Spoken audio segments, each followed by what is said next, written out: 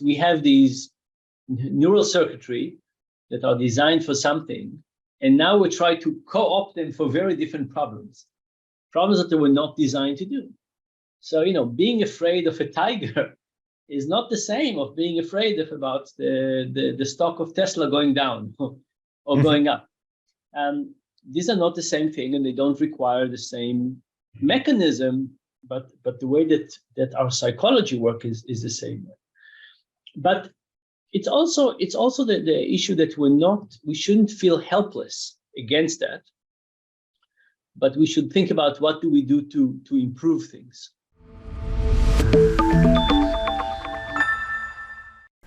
Welcome to Wealthion. I'm Wealthion founder Adam Taggart. When it comes to money, because it's so quantifiable, you'd expect people to make very rational decisions, but they don't. Because we're humans, we're more driven by our evolutionary wiring and our emotions.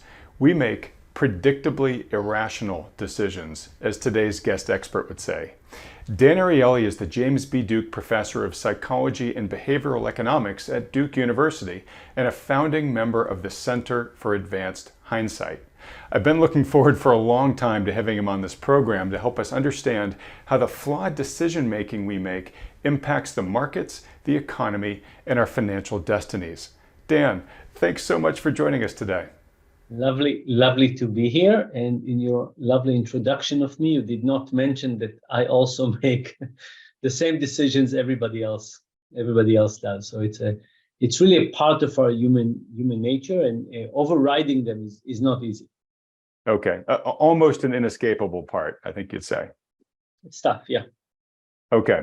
All right. Well, Dan, look, thanks so much for coming on the program. I'm really excited for this conversation. You and I've interviewed you before, but it was a long time ago. This is your first appearance on Wealthion. I hope the first of many. You have a new book coming out. We'll talk about that in a little bit to get folks prepped for when that's going to come out.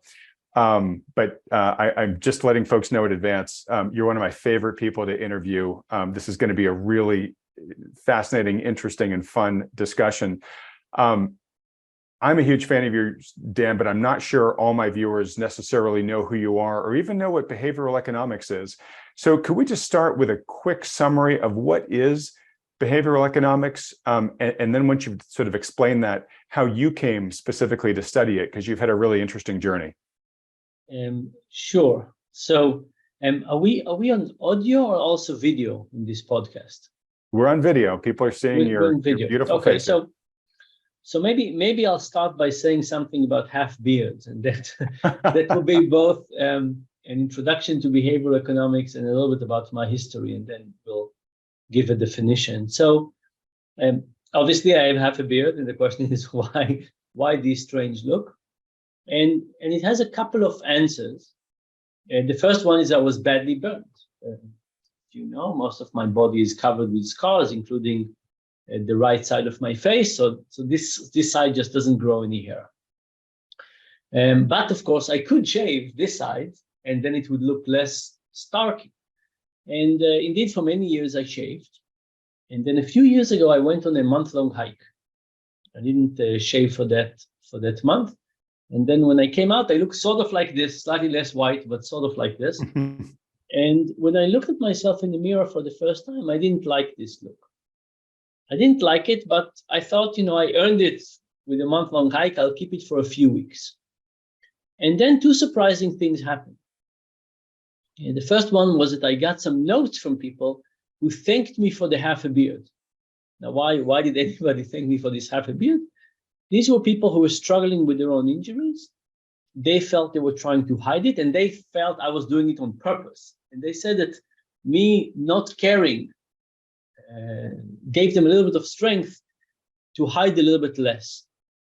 I didn't correct them. They'd say that this was by mistake, but I thought, if this helps some people, maybe I should consider keeping this. So I said I'll keep it for a little longer. And then the really surprising thing happened 4 months later, about 4 months later. And what happened was that all of a sudden, I realized that I felt differently about my injury and my scars. My whole body is deformed in all kinds of ways. And all of a sudden, I felt better about it. And I started thinking, what happened? Now, think about someone. somebody who goes and shave, they go in the morning with stubble and then they have less stubble. Somebody that, like me, that shaved, I used to have stubble on one side, and after shaving, I would feel less non-symmetrical. I would look less non-symmetrical. So the shaving was not just an act of shaving, it was also an act of reducing asymmetry. And stopping that actually had very healing effect. Think about what happened to somebody who every day tries to hide their injury. What are the effects that happens on the psychology of the person? And stopping that was incredibly helpful. Now, why is this a good introduction to behavioral economics? Because I think that a lot of times our intuitions about what motivates us are wrong.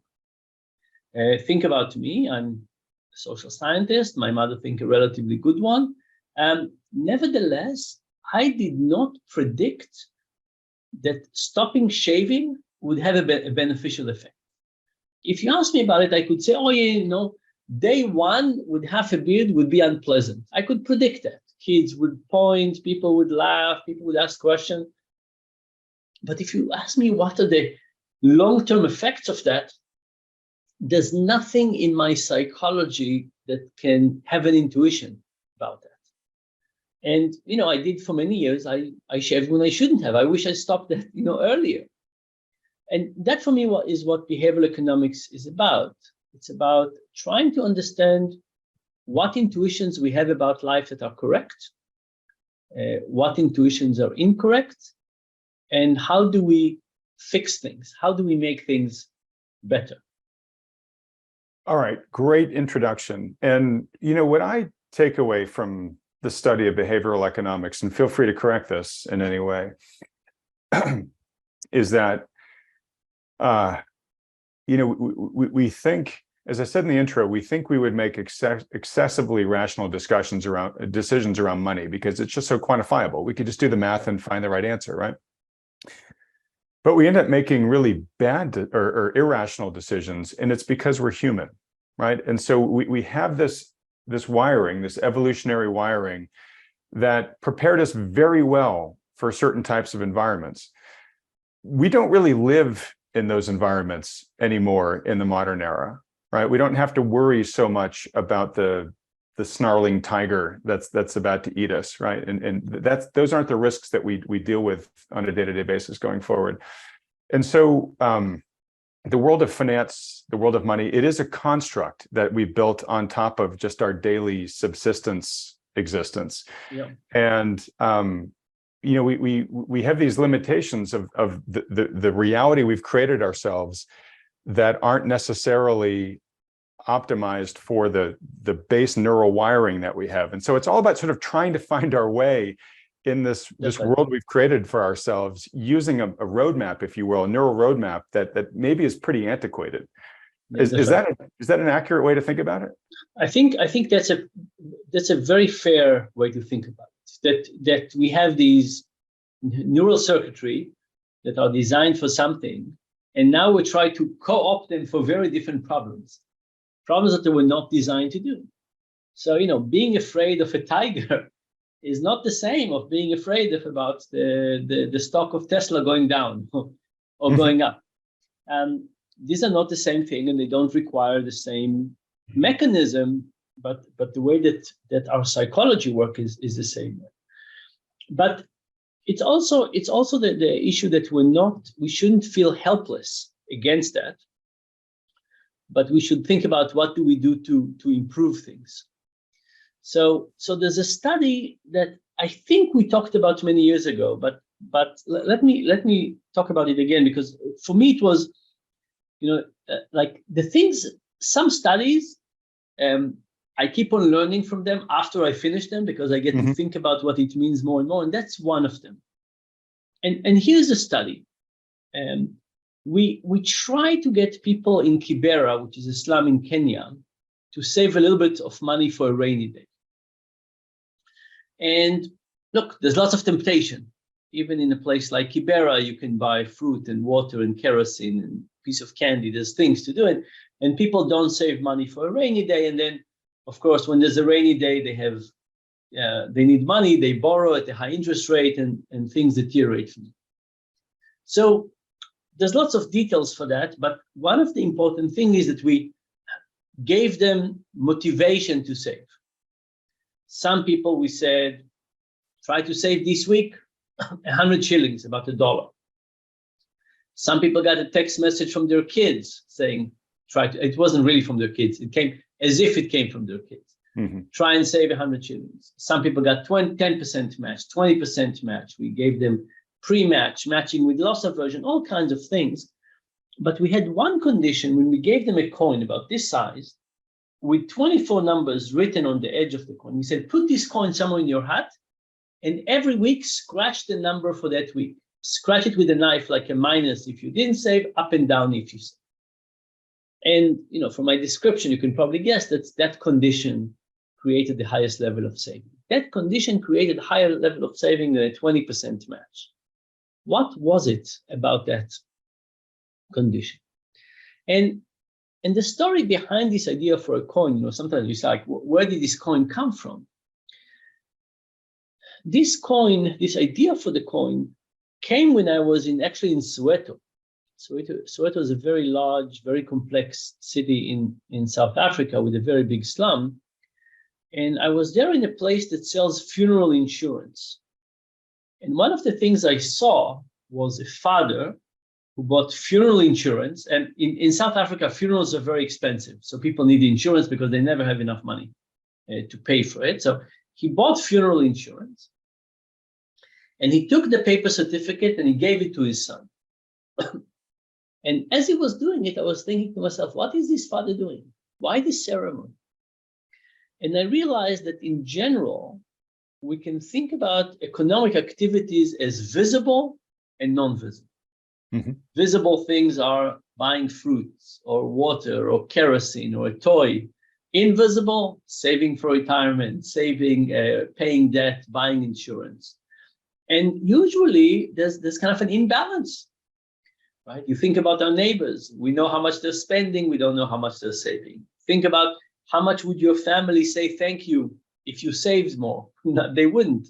If you spend on them, they would. And what this father did with his certificate was to tell his son, look, there'll be less food on the table, but I'm caring about you in another way. So he made the non-visible more visible. Exactly. And the coin was the same thing. People don't visit each other's huts in Kibera. These are not pleasant places. But it was a communication between the parents and the kids and the parents to themselves. There's another economic activity. And that made me think, how do we get motivation? There's all kinds of things like eating healthy, exercise, saving, paying debts, buying insurance, that our usual approach is to say, these are just miserable things, but go ahead and do them forever. It will be painful, it will be suffering, but just go ahead and do it. That's just not a good message. And I think one of the things we need to do is we need to think about how do we get those things to be slightly more enjoyable.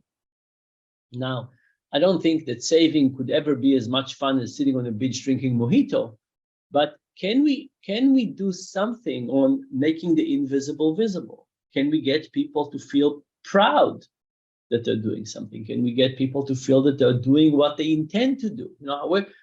There's lots of ways to find motivation.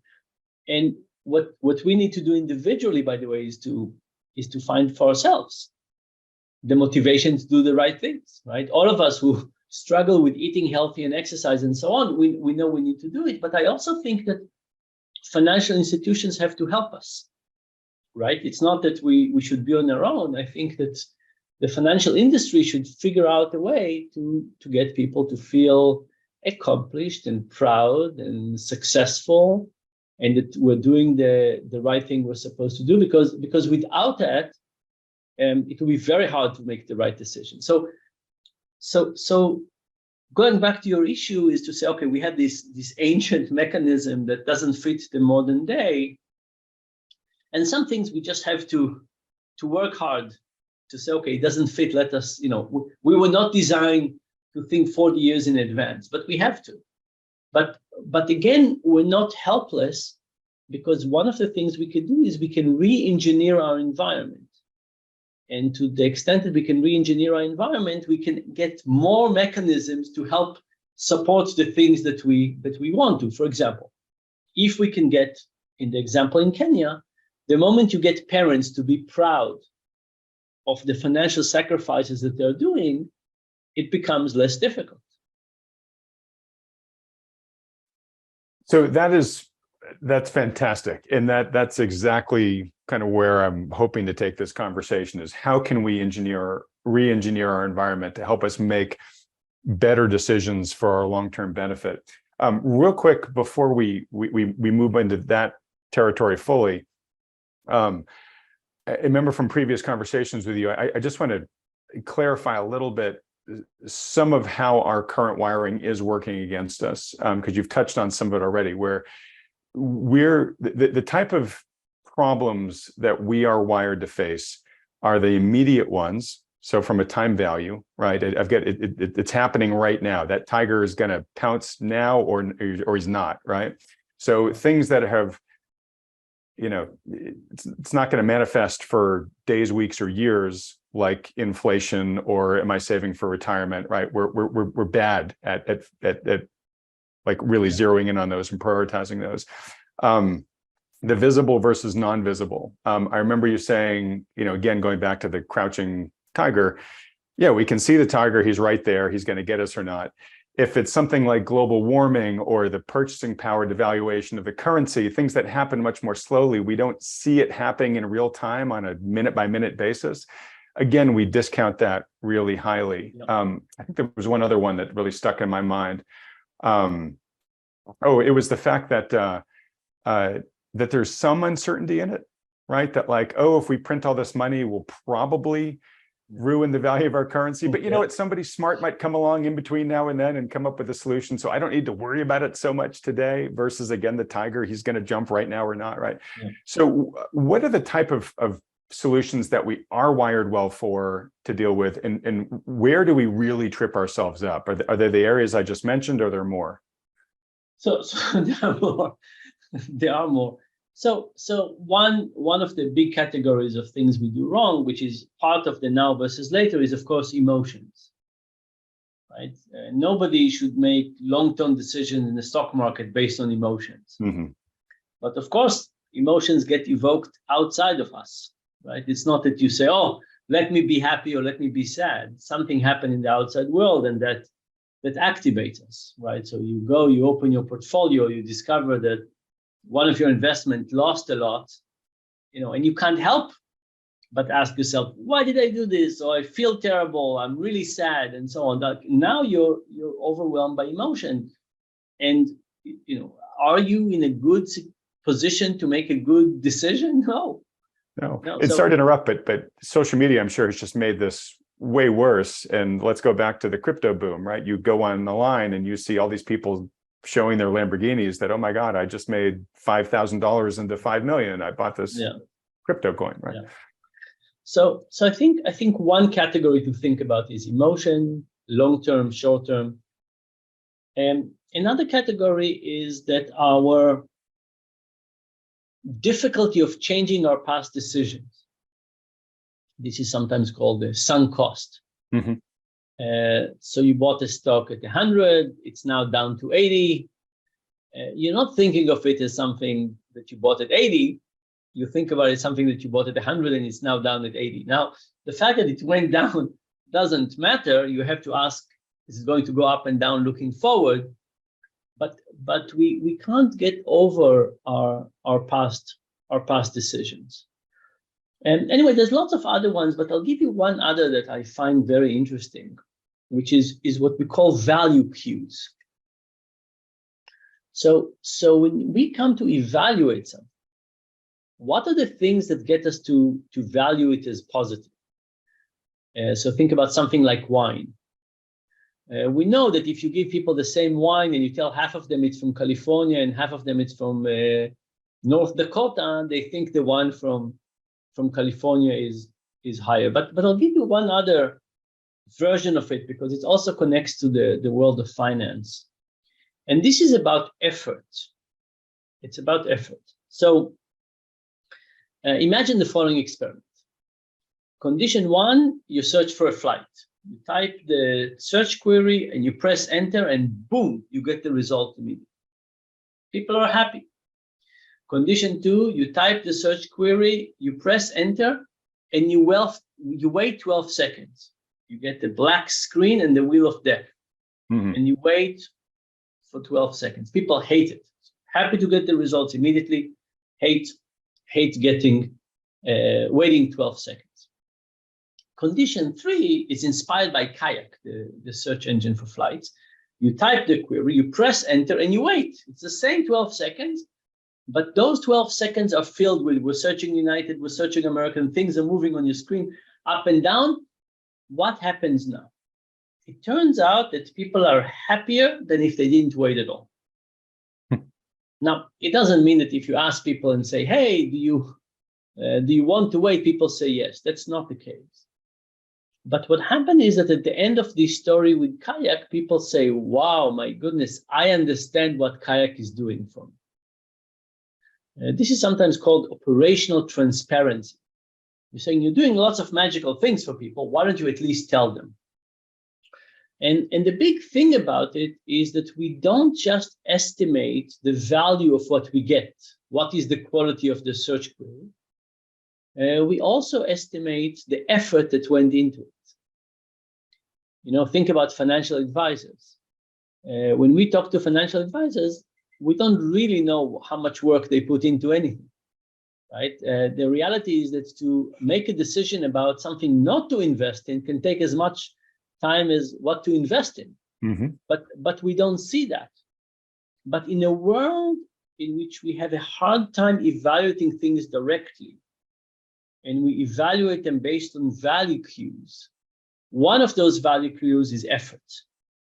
How much effort has gone into it? And because of this, is something as more effort has gone into it, we're willing to pay more for it. So the specific point I want to make is that effort is really important. But the more general point is to understand that when we come to evaluate things, evaluating things directly is sort of difficult. So we evaluate indirectly. In the same way that we evaluate, you know, I don't know, a plane, we can't go out and check the engines. So we look at the plane relative to how clean the bathrooms are. You know, the bathrooms don't necessarily tell you how good they're taking care of the plane, but we kind of make this inference. And sometimes value cues are good, but sometimes they're not so good. So we don't get to evaluate things in the same way for them. If the value cues are just not good value cues, or we don't have them, we might underestimate something dramatically. Right. And so you want to be very choosy in which value cues you pay attention to, and also make sure that someone's not showing you a really clean bathroom to make you think that they've got a great airplane when they're saying, I can fool people with a clean bathroom and really underinvest in my airplane. All right, fascinating. All right, so again, correct me if I'm wrong here, but so we have this sort of imbalance of neural wiring that we evolved given the more abstract worlds that we live in now. And I would say that the wiring we have is, you know, it's fairly primal, right? It's maximize my advantage in the immediate term now, right? I come across the fruit tree, let me eat them all because I have no idea when I'm going to have calories next, right? That's right. Yeah. Which kind of force us to prefer like kick the can type of solutions. Let me push off any pain to tomorrow and let me maximize. I'm not sure. I don't think I like the term force us, but let's say it makes it more likely or more natural. Our natural reactions are a bit too much like that. And part of the story about designing our environment is that it's in our best interest to redesign the environment to perform better. So, you know, changing people is very tough. Changing ourselves is very tough. But changing our environment is the right mechanism to get us to be better. So I'll give you a trivial example. So this desk is a standing desk. If I come in the morning and it's in the sitting position, I sit. Mhm. If I come in the morning and it's in the up position, I stand. Now it's electronic. It's a button. It's not a big deal. But if I set it up in the evening, it's much, much better. If I set it in the morning, by the time I come in, I just want to get into things. Like it's only a few seconds, but it matters. So, sadly, there's no clock connected to this. But if there was a way to make it go up every night, I would stand more. If there's a way to make the invisible visible, if there's a way to schedule things online, in your calendar, and you say, I'm not going to check my portfolio more than, whatever we want, frequency we want to do it, or here's my decision criteria, and I'm not going to deviate from that. So it is about designing our environment for a better outcome. So I love that. And kind of where I was going with all of our shortcomings is they apply both on an individual level, but they also apply on a social level, right? So the organizations that are making decisions for us, they still have these same challenges, right? The folks running the Fed are politicians, right? They're subject to all these same idiosyncrasies. And I do want to talk policy in a little bit, but I think we've got more control over our own lives, right? So if the natural path for us is to maximize consumption now and push the payment for that, the repercussions for that off into the future, that's probably why it's more likely that our politicians will choose inflation over deflation, right? Deflation, austerity hurts today. No politician wants to try to run an austerity platform. They'll always run on an inflationary one, right? So by the way, if you think about it this way and you ask, who has an easier time to delay gratification? Politicians or individuals? The answer is it's tougher for politicians, right? Because they have they're usually short-term politicians, right? We are going to be us in 20 years. Mm-hmm. The politicians are not going to be here in 20 years. So, it's not recommended, it's not correct. But if you think about the political system, and actually lots of other things, they were not designed with this understanding of short-term versus long-term benefits. But the political system is such that very few politicians will be willing to take short-term losses for long-term gains because they're not going to be here with us. Exactly. Yeah. So again, I'd love to get some of your thoughts on if there are any policy reforms that you think could help out there, but let's stick with the individual first, just because that's what we can control. What are some of the behaviors that would be at the top of your list that we should adopt in order to re-engineer our environments and try to provide the breadcrumbs to encourage more of the behaviors that we want? What positive incentives can we bake into our lives from a behavioral standpoint that will improve our odds for benefiting more tomorrow? Yeah. So, one really interesting mechanism is what's called Ulysses contracts. And the mechanism comes from the story of Ulysses and the sirens, where Ulysses knew that if the sirens will come, he will divert the boat and crash it and everybody will die. So what did he do? He asked the sailors to tie him to the mast. This way he could hear the call of the sirens, but he was tied up, so he couldn't do anything. Mm-hmm. And he asked the sailors to put wax in their ears. And this way they couldn't do anything. They didn't even know that the temptation, well, they could do, but they didn't even know that temptation existed. They were just oblivious to the temptation. And these are two important mechanisms.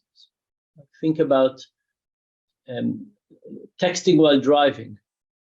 Ulysses himself, it's like he puts his phone in the trunk, yeah. Right? He could hear it calling, but he couldn't do anything. And for the sailors, they couldn't. They turned the phone off, right? They were unaware that it was ringing. And I think these are two important mechanism. If we understand how temptation gets the best out of us, then we think about it differently. Now, most people understand it at least in some areas. So, for example, most people say, you know what, if I buy chocolate cake and I'll have it at home, I could say to myself that I'll eat a small piece every other day, but I probably wouldn't. So let me give up the cake completely. We understand the role of temptation, but we don't fully understand it. We don't fully understand, the temptation to stay on social media, the temptation to make financial decisions, and so on. So I think one thing we need to do is we need to do a better analysis of the cases where temptation gets the best of us, and to think about how we remove temptation. Another thing that we need to think about is how do we adopt long-term good action plans, right? How we think long-term. So think about somebody who's a smoker. If you're a smoker and you enjoy smoking, and you think about life as one cigarette at a time, you would never stop smoking.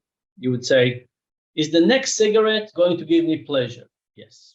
Smoker, it does. Is the next cigarette is the next one going to kill me? Probably not. Right. Yeah. No. So let's smoke another one. And then you say, then another one, then another one. So the short-term way of thinking is destructive. It just doesn't let us get there.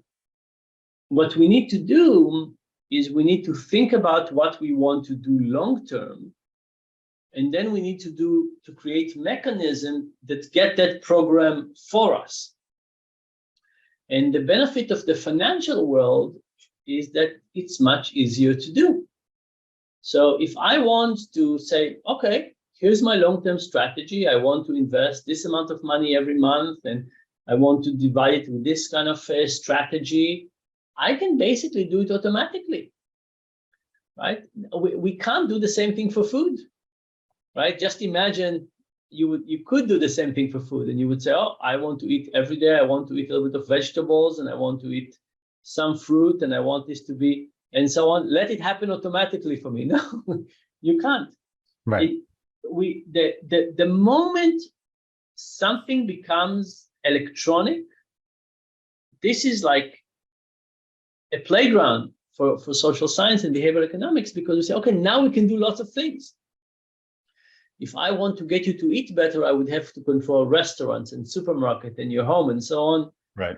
If I want you to come up with a long-term financial strategy and then implement it, much, much easier. So I'm not saying it's easy, but we have a lot of improvement in that because it's electronic, because we can do things in an automated way. We have lots of tools to help us think long-term and then just set it to go automatically for us. And that's what I think we should do more and more. We should say, when we come to make decision every time, we have more flexibility, but that flexibility comes with a cost. Here's an example. 401k. Imagine I say, why determine 401k contribution when you just join a company?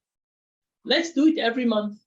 Let's ask people to sit at the end of each month, see how much cost they have, how much bills they have, and so on. And at the end of each month, write a check for your 401k. We can predict what will happen, right? It's probably not going to be that much. Right. If your first tough month, you'll say, no, I gotta get out of this thing. Yeah. That's right. So I think there's a huge place for thinking once in a while, once a year, designing long-term strategy and have those implemented. I also think there's other things, right? Making the invisible visible, and getting our identity to be involved so we feel good about it. There are other things that we should be doing. But I think those are the starting point, is to say this is an area that we can do much better by automated. Okay, great. So what I take from at least the examples we've talked about so far, there's sort of removing the temptation to self-sabotage, right? Exactly. So there's that. Then there's just removing the friction from the system, which automation does. right? It removes the effort, right? And we're committed. All right, I made that decision. I just know I'm supposed to do it, right?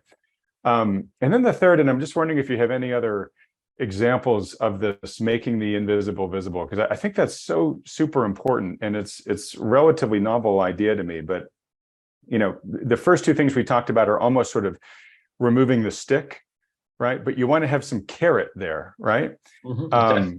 And as we talk about, people aren't great with things that are very long term. It's so easy to get knocked off of those for whatever reasons, especially around money. You have a tight month, you get laid off, whatever we talked about.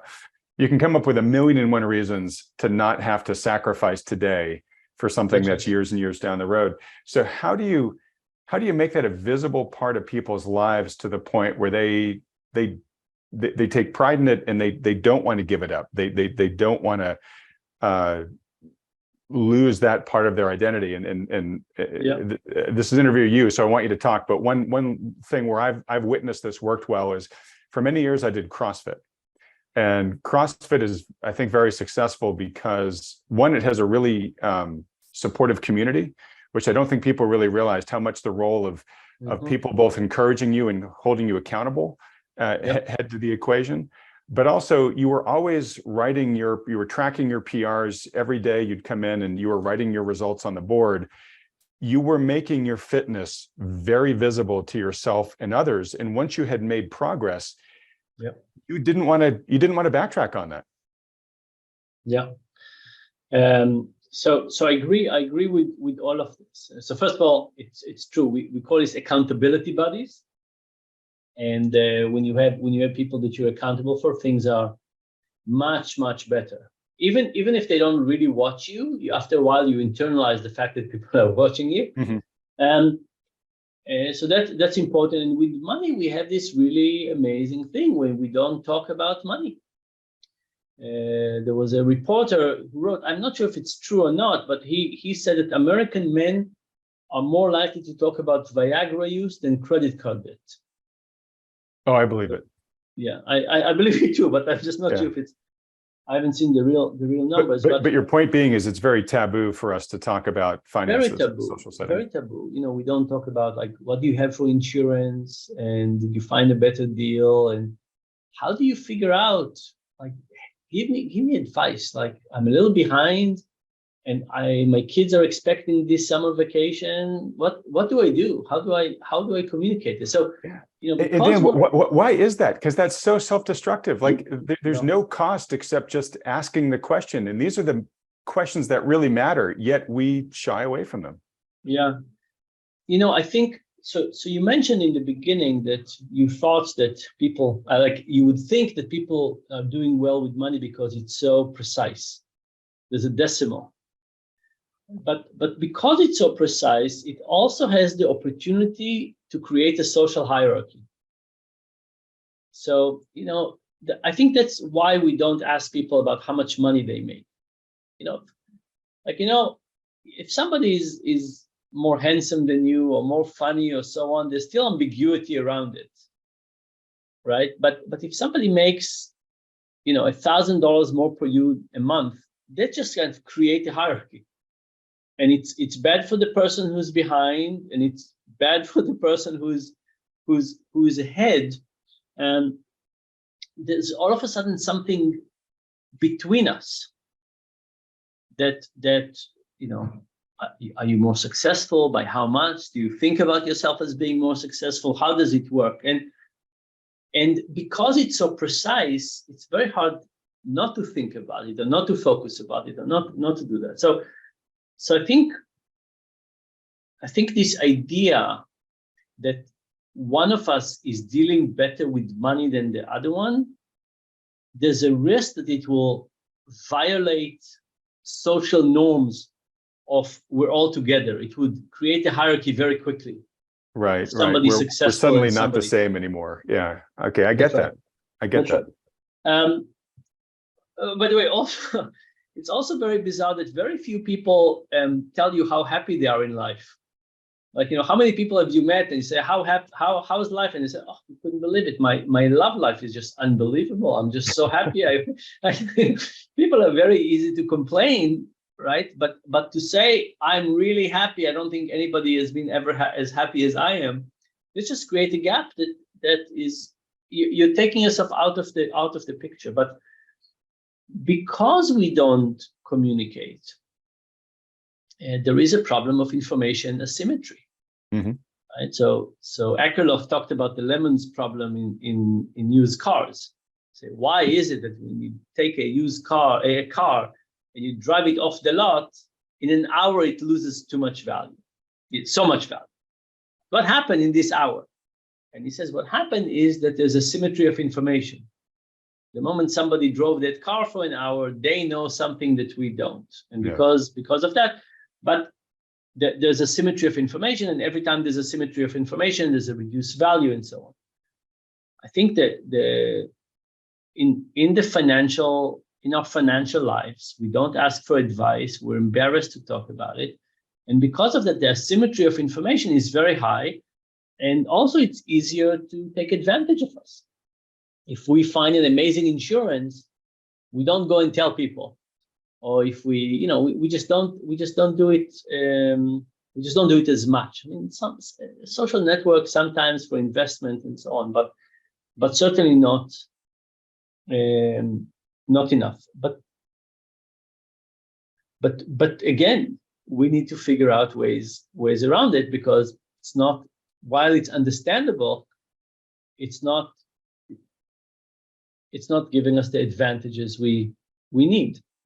Yeah, and it's interesting. Sorry to interrupt, but just so you can build on this, we're talking about making the visible visible, and it's like, if you don't talk about it, if you don't put it out there, you're not making it visible, so you can't take advantage of that benefit. If you're, that's right. Yeah, so we've got to find a way to A, make it visible, but B, for us to care less that it's visible. In fact, to care more in a positive way than it is. Yeah. Exactly. So think about 401k. You have people that join a new job, and they have lots of forms to fill, and within that, there's one form that says what is the percentage of your salary that you want to put in your 401k, and your company will match it. Now, the person who makes this decision is actually going to bring less money home for the next 30 years. Mm-hmm. If you think about it from their perspective, they say, do I bring more money home and maybe get somebody smiles at me slightly better? Or do I do this thing that maybe somebody will say thank you 30 years from now, right? And it's a very tough trade-off. And when you think about it like this, you say, what are we asking people to do? We're really asking them to do a hidden sacrifice. So imagine that instead, you go to people and you say, before you fill your 401k, call your significant other and say, hi, darling, I'm this new place. They give us, not me, us an opportunity to save for our retirement. We can choose this percent or this percent. What do you think? And then write down what the significant other think, what you think, and make a decision. What happens when this is the process? What happens is that the person all of a sudden gets brownie point at the point of the decision, right? And we've shown that when people do these things, they think more long term, they think together, and so on. They're willing to sacrifice more. Now, 2 years later, will the significant other remember that the person working is putting more money in a 401k? Of course not. But from a design perspective, you want them to feel that they're getting the credit, the social credit at the moment of the decision. You want to give them the benefit of going up, and then it's just on autopilot. So it's really taking the perspective of the person, realizing the pressures that they're under, trying to figure out where we can add some motivation that would get people to make the right long-term decision. All right. It's super fascinating. And what I love about you is I have a financial advisor who I interview every week on this program, a guy named Lance Roberts, and it's rare where I don't make a statement and he says, oh, I just wrote an article about that. right? You're that way where we'll talk about something and you'll say, oh, well, there's a study I know about that, right? And we did a study for my old company once where you surveyed our users and you used that data in one of your research projects. We talked a little bit about that, the potential for doing that leading up to this interview. We didn't have time, but if you have interest in tapping the collective brain power and just human nature of the Wealthion viewership, I'll speak for the collective here and say we'd love to make ourselves available to you for that. Folks, if you're watching and that interests you, let us know in the comment section below. But I do just want to offer, Dan, if this audience can play a role in help advancing behavioral economics' understanding of some of these, incentives and tips and tricks that we can use to help people make better informed decisions about their money. We'd love to. We'd love to help move that ball down the field for science. Very good. We will. I will come back to you with that. Okay, great. All right. Well, look, I'm trying to be real surgical here because we don't have a ton of time left. Let me show you where I'm going, and then let me ask a question before then. The main question I sort of want to end on is beyond what we've talked about already, are there decisions or reforms or changes you'd like to see both on an individual, corporate, or national level that you think can kind of help improve our situation going forward from here, given from where we are right now with all the challenges we face and the imperfections of our current status quo. But before we get there, I want to ask you a specific question just to get your thoughts on it if you have them, which is, I don't know if you put out a macroeconomic outlook or not, but right now we have a really big divergence between what the stock market is, how it's performing this year so far, versus the underlying economic data. If you look at the underlying macroeconomic data, the vast preponderance are saying, Houston, there's a problem, right? A lot of them are at recessionary levels. There's a lot of potential shoes to drop just from the lag effect of all the rate hikes that the central banks have made in the past year and a half. Yeah. The market does not seem to care at all. Yeah. And I'm wondering if you have thoughts about that from a behavioral economic standpoint. What allows the critical mass of market participants that drive pricing to say, we don't really care that much about the data? Yeah. So first of all, I think the assumption that the markets are long-term thinking, I just don't see a lot of evidence for that. The rationality of the market is a very interesting assumption, but it means that people think long-term. I just don't think that's that, and I think that this divergent is it's not a proof, but it's another piece of evidence in support of that. And the other thing is that we have created a stock market that has a very large influx of money on a regular basis. Mm-hmm. From retirement funds, and that's going to have a distortion effect, right? Because there's just something you can count on that keeps on pumping in. That doesn't happen to the regular market. There's much more flexibility and change, and whether people are feeling comfortable or not. It's not as if when people feel less comfortable, all of a sudden they change their deductions for 401k and you have a lower influx. That's the benefit of automated decision, but it also means that it's less informative about that. But maybe two thoughts before we end. And you asked me about what do I think about improving. So, research is like kids. You like your kids more than you like other people's kids. So I like my research more than I like other people's. But in the last 6 years, I have been doing research on how companies treat their employees, how the employees feel about the company, and what it means for the stock market return of those companies. And I started with data about almost all Fortune 500, going back to 2006. And in general, we think about extrinsic motivation and intrinsic motivation. extrinsic motivation is a salary and quality of the chairs and bonuses and health benefits and financial health benefits, retirement benefits. And in general, we don't find that those have a lot of alpha signal. On the other hand, you have intrinsic motivation, things like, do people feel appreciated, psychological safety, do you feel aligned with the goals of the company, do they feel that promotion is fair, do they feel the salary is fair? And those things have a big impact. And by the way, we give we rank all the companies now on how good they are in terms of their human capital, and we give it to a company called Harbor Capital, and they have a couple of ETFs out in the market that are using that as a filter. Let's take the Fortune 500, but let's just take the top 50% who are treating their employees well. But I think that the human capital is probably one of the most important things for companies. The CEO of Harbor Capital is saying it's an accounting mistake.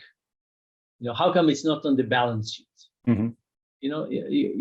A company buys a warehouse, it's an investment. They invest in people, it's a cost.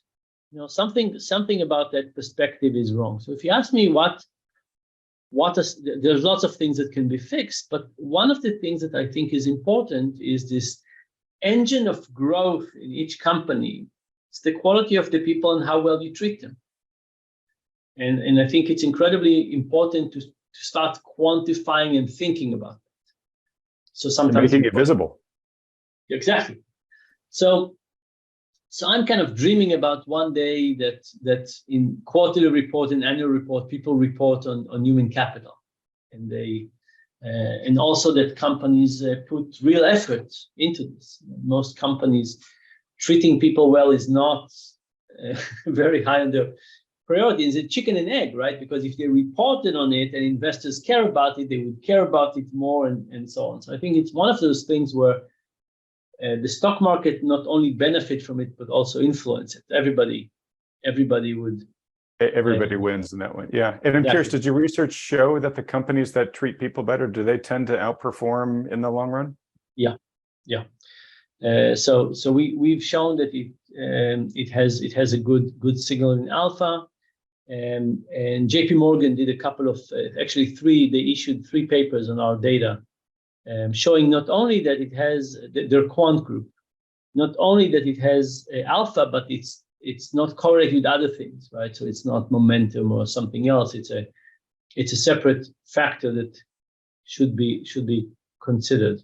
So yeah, I think that's a kind of, because I'm so into this research, and because I just think, here is something that because we don't count, we don't care as much. But if we counted, people would care about, and everybody would be better off. The employees would be better off. The shareholders would be better off. Management would be better off. Following the principle, you are what you measure. Let's start measuring it, and let's start getting better. So that's one.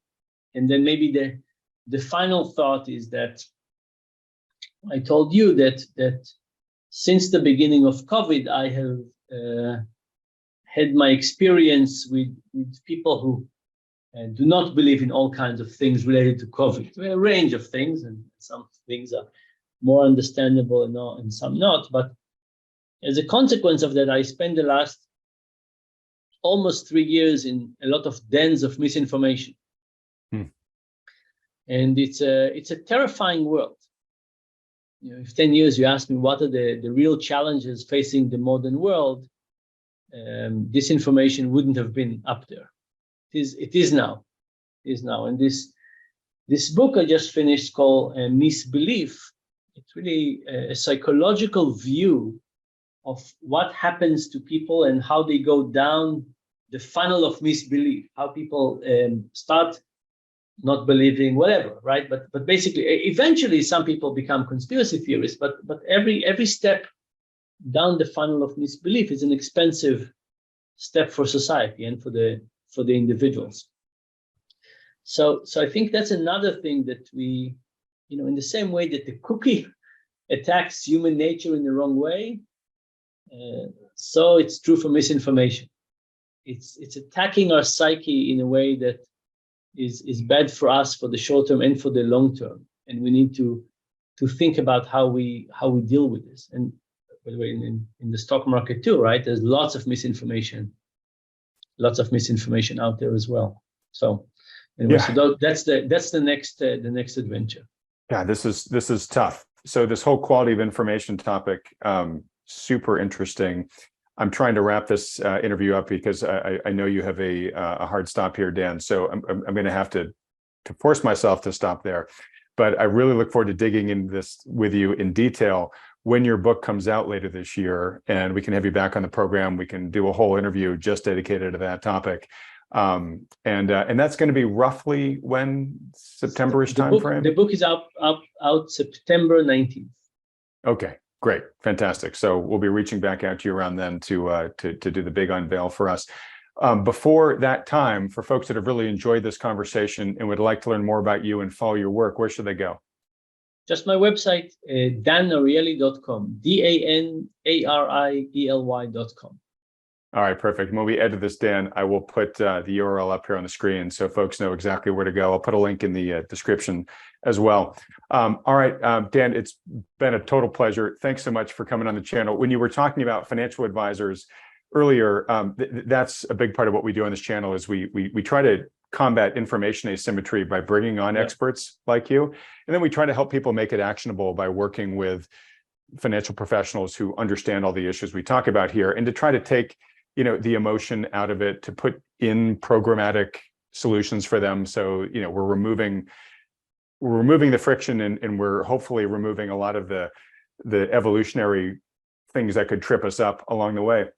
But one thing you mentioned, and I'll just part on this, is I think Wealthion's actually doing something kind of right in terms of your philosophy, which is I bring on these financial advisors every week, and we do a market recap. We talk about what the market's done, but we talk about decisions that they are making in real time based upon what's happening to their client portfolios. So we're showing people the work that the financial advisor does on a week by week basis. And so we're actually making a lot of that invisible work visible. Because like you said, most people, they look at their statements maybe once a month. A lot of people don't even open them, that frequently.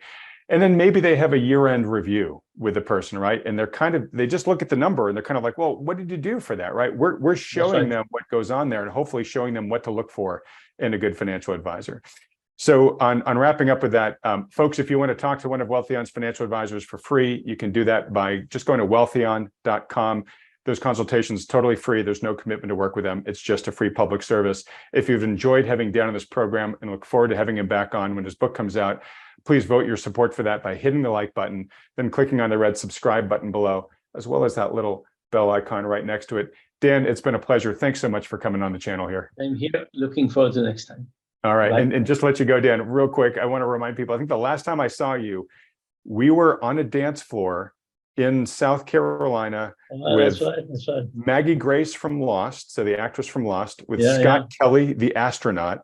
And I think your son, who was like 10 years old around the time, who I remember had just insane dance moves. So anyways, it's so great to see you and how your career has progressed 10 years later. Thank you so much. All right. Take care. Everyone else, thanks so much for watching.